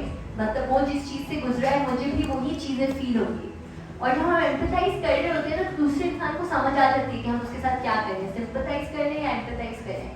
और एम्पैथी से ही हमारी रिलेशनशिप स्ट्रॉन्गर होती है, ठीक है? जब आपके पास कोई दोस्त आपको बात बता रहा हो ना, तो ये कुछ स्ट्रैटेजीज होती हैं, सही है, जो मैं बहुत ऊपर से आपको बता रही हूँ. और हम लोग को पता तो है लेकिन हम फिर भी करते नहीं है, ठीक है? जैसे कि मेरे पास एक बंदा आया, मुझसे बात कर रहे हैं और मैं अब बस तो क्या मैं एम्पैथेटिक लिसनर हूँ? नहीं, राइट? क्योंकि वो बातें कर रहा है लेकिन मुझे ये जो टिकटॉक वीडियो चल रही है वो ज़्यादा अच्छी लगती है तो मुझे हो रहा है मैं उसकी बातें क्यों सुनूं, राइट? तो हम लोग ये करते हैं अपनी डेली लाइफ में. और उससे क्या होता है कि हमारी सोशल स्किल्स वीक है. इसका मतलब कि मैं उसको तवज्जो नहीं दे पा रही जब मुझे उसको देनी चाहिए, तो मेरी रिलेशनशिप खराब होगी, राइट? उसको लगेगा वो मेरे लिए इम्पोर्टेंट नहीं है. तो ये चीज़ें हम कैसे बताते हैं उनको कि हम वो हमारे लिए इम्पोर्टेंट है? Through our body language, through our eye contact, ठीक है? थ्रू आवर टोन, कि हम किस तरीके से बात कर रहे हैं उनसे, नरमी से बात कर रहे हैं या गुस्से से बात कर रहे हैं, तंज तो नहीं मार रहे. तंज मारने से क्या होता है? रिस्पेक्ट कर रहे हैं, बेसिकली रिस्पेक्ट कर रहे हैं उसको, या बोल रहे हैं पता ही नहीं है, सही है? उससे क्या होगा? रिलेशनशिप्स खराब होगी, राइट? सो सोशल स्किल्स इसी तरीके से बनती है कि हम लोग को ये स्ट्रैटेजीज पता होनी चाहिए और हमें केयरफुल होना चाहिए कि हम अपनी कॉन्वर्जेशन में ये चीज़ें कर रहे हैं या नहीं, ठीक है? अब हम लोग लास्ट जो चीज़ करेंगे, ये सबको पता है कि बेसिकली इसकी पुअर सोशल स्किल्स की क्या होती है, कॉन्सिक्वेंसेज होते हैं, राइट? हमारे पेरेंट्स से हमारी नहीं बनती, सिबलिंग से नहीं बनती. हम जॉब पे भी जाएंगे और हम इंटरव्यूअर की आंखों में आंखें डाल के बात नहीं कर रहे हैं ना, तो उसको लगेगा कि हम कॉन्फिडेंट नहीं हैं, ठीक है? और इसको प्रैक्टिस करने के बहुत सारे तरीके होते हैं. बहुत सारे लोग नर्वस होते हैं, आई अंडरस्टैंड, वो नहीं देख पाते आंखों में लोगों के, या वो इस तरह कॉन्फिडेंटली बात नहीं कर पाते. तो वो प्रैक्टिस करें. प्रैक्टिस कैसे कर सकते हैं? कि कल आपका इंटरव्यू है तो आपने शीशे के सामने प्रैक्टिस करना शुरू कर दी, ठीक है? आपने अपने दोस्त को बोला यार तुम इंटरव्यू बन जाओ, मैं मुझे कुछ सवाल पूछो, मैं तुम्हें जवाब दूंगा, बताओ मैंने कैसा किया, ठीक है? तो इससे क्या होगा कि जब आप उस चीज़ से गुजर चुके हैं, आपको वो इतनी इंटिमिडेटिंग नहीं लगेगी जब वो एक्चुअली आएगी, ठीक है? अच्छा, अब मैं लास्ट एक्टिविटी कराऊंगी and then we just take questions and then we close the session, ठीक है? तो इसमें बेसिकली करना है कि आप लोग सब पेयर्स में बैठे हुए ना, दो लोग में बैठे हुए, सही है? 2 बैठ जाए या 3 ले लें, ठीक है? एक सिचुएशन डिस्कस करें आपस में, ठीक है? जो आपकी अभी कुछ ही रिसेंटली सिचुएशन हुई हो, सही है? जिसमें आपकी किसी से लड़ाई हो गई हो या मुंहमारी हो गई हो या कोई कॉन्फ्लिक्ट आया हो, सही है? और हुआ था, ठीक है? क्या सॉरी?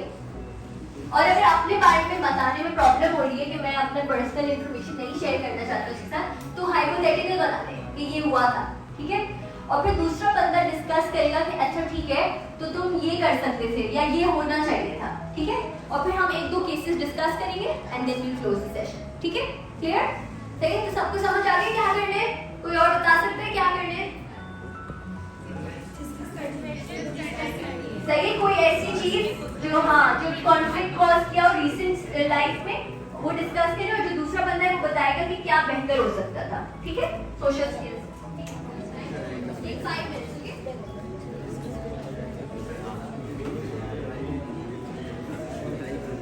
बातें कर रहे हैं। हो रहा है? अच्छा ठीक है, I'll wait for you guys.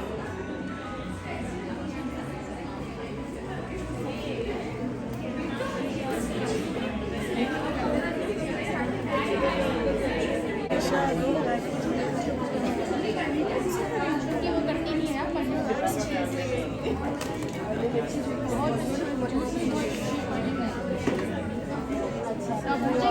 मुझे डिसीजन क्या लेना है मुझे इसमें बात हो सकती है पर ये बात हो सकती है अब मुझे उससे रखना है या फिर उससे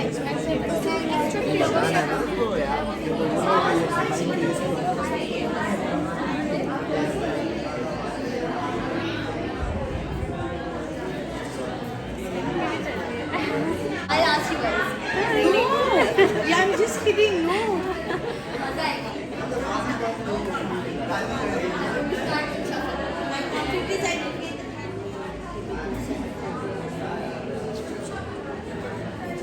हो गया? हो गया? Okay, good. अच्छा, हम लोग स्टार्ट करते हैं। मुझे यहाँ से सामान लेके रोज़ाना जो गरीबों में बांटना होता है एज ए वॉलेंट्री, वो मैं करूँगा, वो फर्स्ट है। तो इस वजह से उसने मुझे जो है ना मतलब बुरा भला कहा और मेरी लड़ाई हो गई बस। आपने क्या सजेशन दिया मेरे को?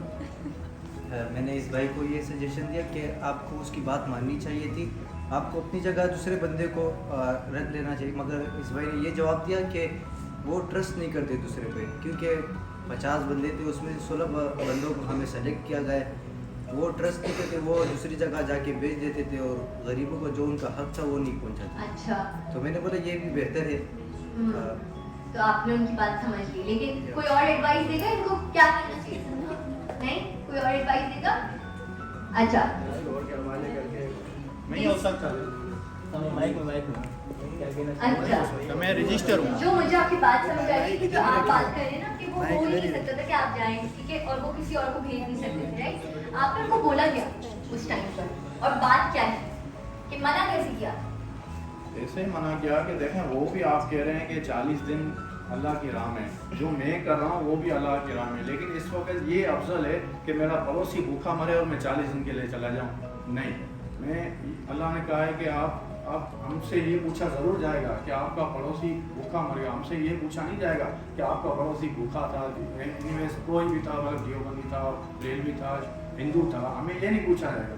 हमें अल्लाह ताला ये ज़रूर पूछेगा कि आप जो कर सकते थे मेरी मखलूक के लिए आपने नहीं किया, उसका सवाल मुझसे ज़रूर होगा, 40 दिन का नहीं। बिल्कुल बिल्कुल ठीक है। और उसने क्या जवाब दिया? उसने मजहबी रिलीजन है, मतलब मैं क्या बताऊँ, मुझे फतवा देने लग गया, बट उससे मैंने माफ़ी मंगवाई बाद में। एनीवेज सही है, तो कॉम्प्लिकेटेड सिचुएशन थी। मसला ये है कि ऐसी काफ़ी हमारे पास वो आते हैं मसाइल जो ऑब्वियसली हल नहीं हो सकते, क्योंकि दूसरा बंदा भी नहीं मान रहा, आप भी नहीं मान रहे। जो मैं बात कर रही हूँ सोशल स्किल्स की, उसमें ये होता है कि हम लोग को लड़ाई जो बहुत बड़ी हो जाती है ना, उसको अवॉइड करना है। तो वो किस तरीके से हो सकती है? बात करने के तरीके से। जैसे फॉर एग्जाम्पल आपने उसको समझाया ना, तो ये आपने सही किया, उसमें कोई गलत नहीं है, ठीक है, बिल्कुल आपने सही किया, लेकिन हमने हमदर्दी नहीं दिखाई। हमदर्दी क्या थी कि मैं समझता हूँ यार कि तुम किसी और पर भरोसा नहीं कर सकते, मैं समझता हूँ कि तुम्हारे लिए ये चीज़ मुश्किल है, लेकिन ये मेरी प्रॉब्लम भी तो समझो ना, समझा? ये वहाँ हमदर्दी वाला फैक्टर आ जाता है। तो शायद वो आपको फतवा नहीं जारी करता, समझा रही है? वो शायद थोड़ा सोचता है यार ये मेरी प्रॉब्लम समझ रहा है, लेकिन अब मैं भी इसकी प्रॉब्लम समझूँ। मैं ये नहीं बोल रही ये होता, मैं बोल रही हूँ शायद, ठीक है? तो ये कभी कभी हम लोग को क्या करना है, कॉम्बिनेशन बनाना है कि हमारे लव्स भी अच्छे हो, जैसे आपके लव्स बिल्कुल सही थे, आपने उसको अपनी प्रॉब्लम बताई, और हमदर्दी भी हो उसमें कि यार मैं भी तुम्हारा मसला समझता हूँ, ठीक है? जैसे आपकी दोस्त का एग्जाम्पल अगर मैं दूँ, सॉरी बार बार ले रही हूँ, लेकिन बड़ा अच्छा एग्जाम्पल है कि उसने बोला कि मुझे पार्लर ज्वाइन करना है, मुझे नहीं करनी स्कूल। तो आपने बोला मुझे मैं नहीं कर रही और मैं तो नहीं करी, पढ़ाई छोड़ी और फिर तुम्हारी दोस्ती खत्म, फॉर एग्जाम्पल। तो उस पर हमदर्दी कहाँ आती? हमदर्दी कि यार मैं समझती हूँ तुम्हारी पढ़ाई से दिल उठ गया है और अब तुम्हें पार्लर ज्वाइन करना है, लेकिन तुम भी समझो ना कि मुझे आगे ये काम करना है। तो वो शायद आपकी दोस्ती भी खत्म नहीं होगी, कोई लड़ाई भी नहीं हुई, आपने उसकी बात समझ ली और उसने आपकी बात समझ ली। हमेशा लड़ाई में कभी कभी सही और गलत नहीं होता। ऐसा भी हो सकता है कि दोनों सही बात कर रहे हो। आपकी सिचुएशन में भी ऐसा ही कि जैसे आपने बोला वो नहीं कर सकता था किसी और को हायर, वो ट्रस्ट नहीं करता था, वो आप पे ट्रस्ट करता था, तो वो भी सही है बंदा, राइट? और आप भी सही है अपनी जगह कि आपको पड़ोसी का वो ज्यादा ख्याल है, तो बिल्कुल सही है, लेकिन बात करने का तरीका हर को डिफरेंट होता है। ठीक है, आप डिस्कस करेंगे?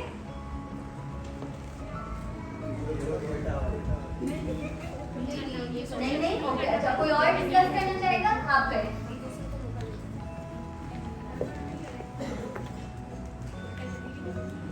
ये रियल है कि मेरे कॉलेज में जब मैं फर्स्ट ईयर में एडमिशन लिया था तो फर्स्ट यानी कि मंथ कंप्लीट हो चुका था हमारा, और ये बिल्कुल रियल है।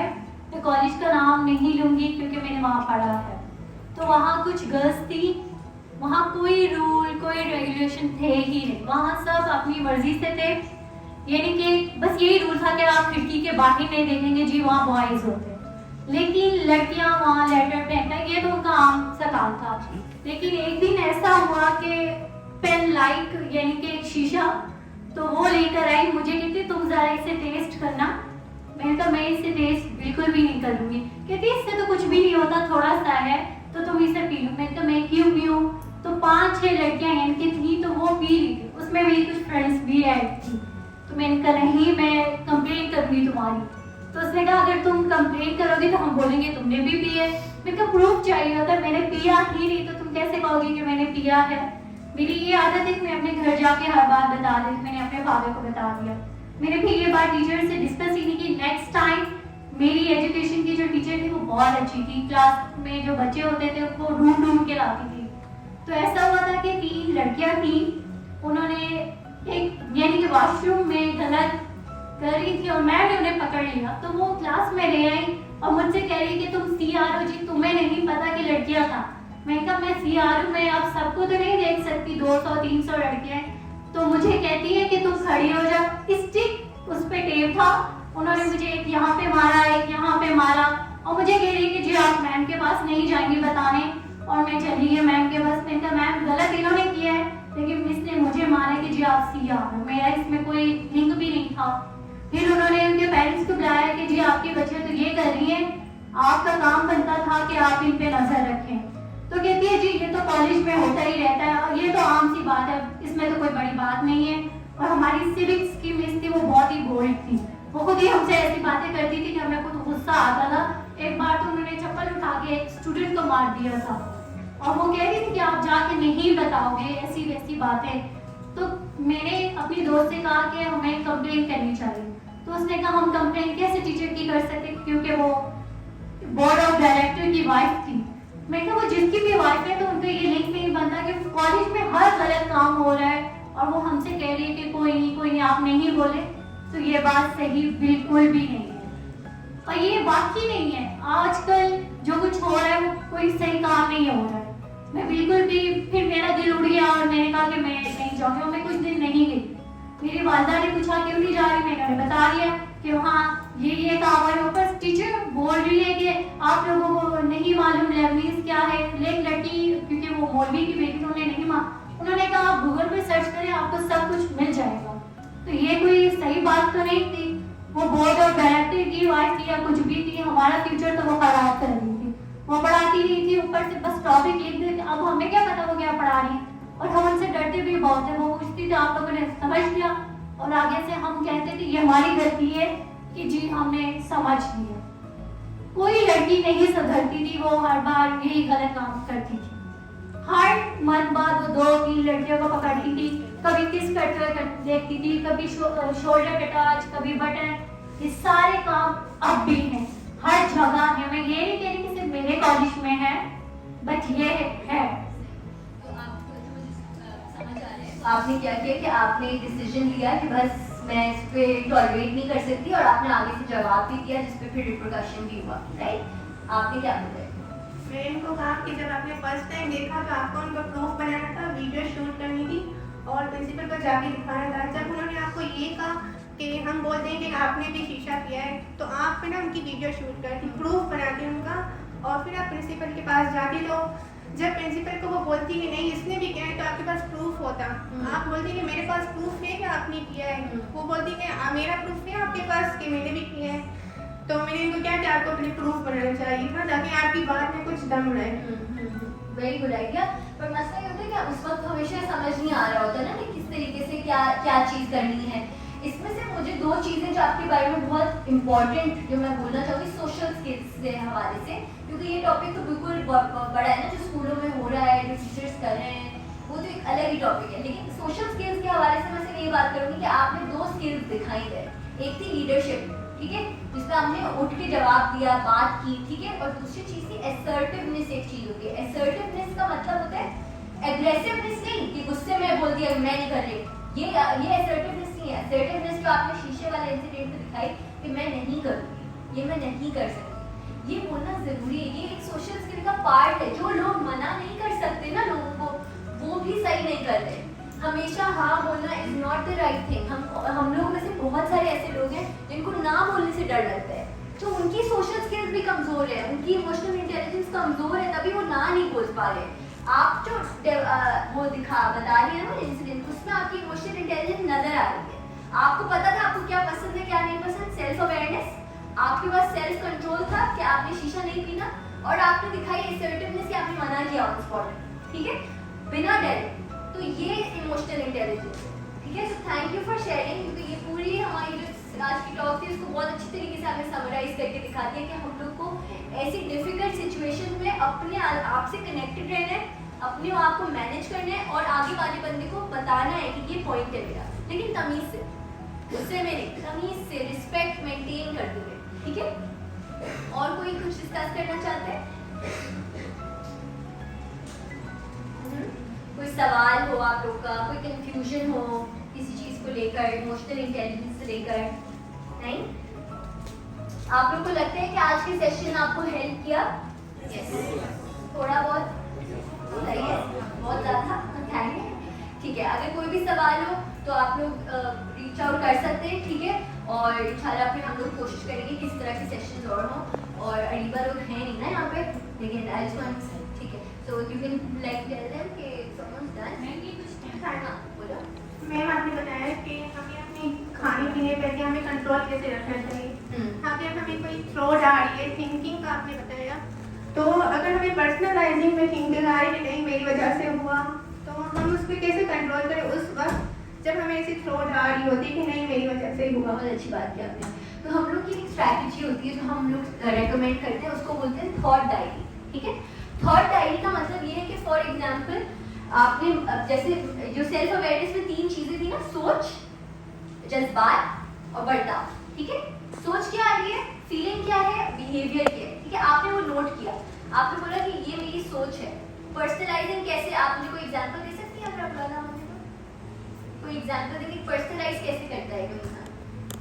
मतलब कि कल मेरे साथ ऐसा हुआ कि मेरा एग्जाम था, तो एक लड़की चीटिंग कर रही थी, तो मैं उसे देख रही थी वो चीटिंग कर रही है। हमारे कॉलेज में बहुत स्ट्रिक्टली थी, यानी कि चेकिंग होने के बावजूद भी वो अपना पेपर लाई थी कहीं और छुपाकर। तो मैं उसे देख रही थी, तो वो मुझे ना आंखें दिखाई, मैं वो बोलती हूँ इन्विजिलेटर को रुको, तो मुझे बोलती नहीं बोलना, मैं नहीं करूँगी। तो मैंने कहा नहीं मैं तो बोलूँगी। तो मुझे बाद में इन्विजिलेटर मैं कंप्लेन की कि ये ऐसा कर रही है, उसके चीटिंग पेपर भी निकला और उनको 3 साल के बैंड भी कर दिया, उनकी कॉपी पे चीटिंग भी लिख दी। फिर मुझे बाद में ऐसा हुआ कि शायद उसकी कोई मजबूरी होगी या किसी और रीज़न होगा इसलिए उसने चीटिंग की। तो मुझे ऐसा लग रहा था कि मुझे ऐसा नहीं करना चाहिए, मेरी वजह से हुआ ऐसा, मेरी वजह से वो 3 साल बैंड हो गई। ठीक है, लेकिन देखिए ये पर्सनलाइजिंग इसलिए नहीं है क्योंकि ये तो आपने किया ना, ये है मतलब आपने सोचा कि वो मेरी वजह से बैन होगी, लेकिन वो आपकी वजह से बैन है, वो अपनी वजह से बैन है। वो तो चीटिंग कर रही थी ना, आपने तो सिर्फ कंप्लेन की, आपने अपना जो हमारे दीन में किया है, आप कुछ बुरा देखो तो बोलो, ठीक है। अगर हाँ मुंह से नहीं रोक सकते तो दिल में सोचो, ठीक है। और सबसे अच्छी चीज होती है कि आप हाथ से उसको रोको, ठीक है। तो आपने तो वो किया जो आपको करना चाहिए था, राइट। तो ये आपने बहुत अच्छी सोच बताई, पर्सनलाइजिंग में आता है बिल्कुल।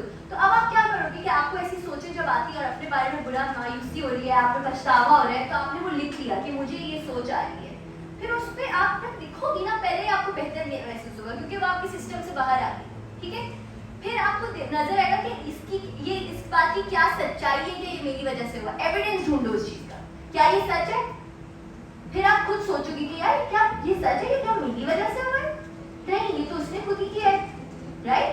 तो जब हम लोग अपनी सोचों को लिखते हैं और फिर उसका एविडेंस ढूंढते हैं, this is how we know कि हमारी थॉट है या सच है या थिंकिंग एरर है, ठीक है। और कोई सवाल इसके रिगार्डिंग क्लियर हुआ आपको थोड़ा बहुत, ठीक है। और कोई सवाल, बस क्लियर, सही है। तो आज का सेशन हमारा खत्म होता है। Thank you Areeba for and Kiran foundation for organizing this and calling you all, and thank you guys for being such a good audience. I had a lot of fun.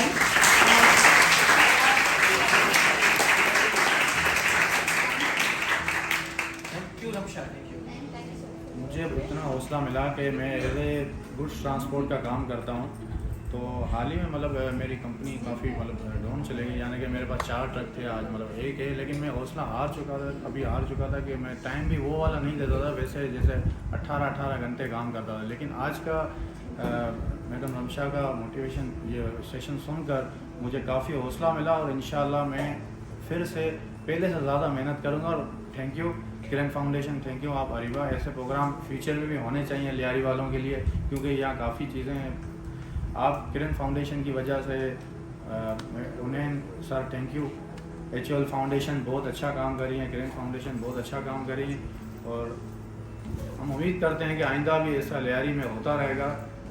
Thank you so much. बोला है यानी कि सब कुछ बता दिया जो कि नहीं बताया था पेरेंट्स और फ्रेंड के अलावा।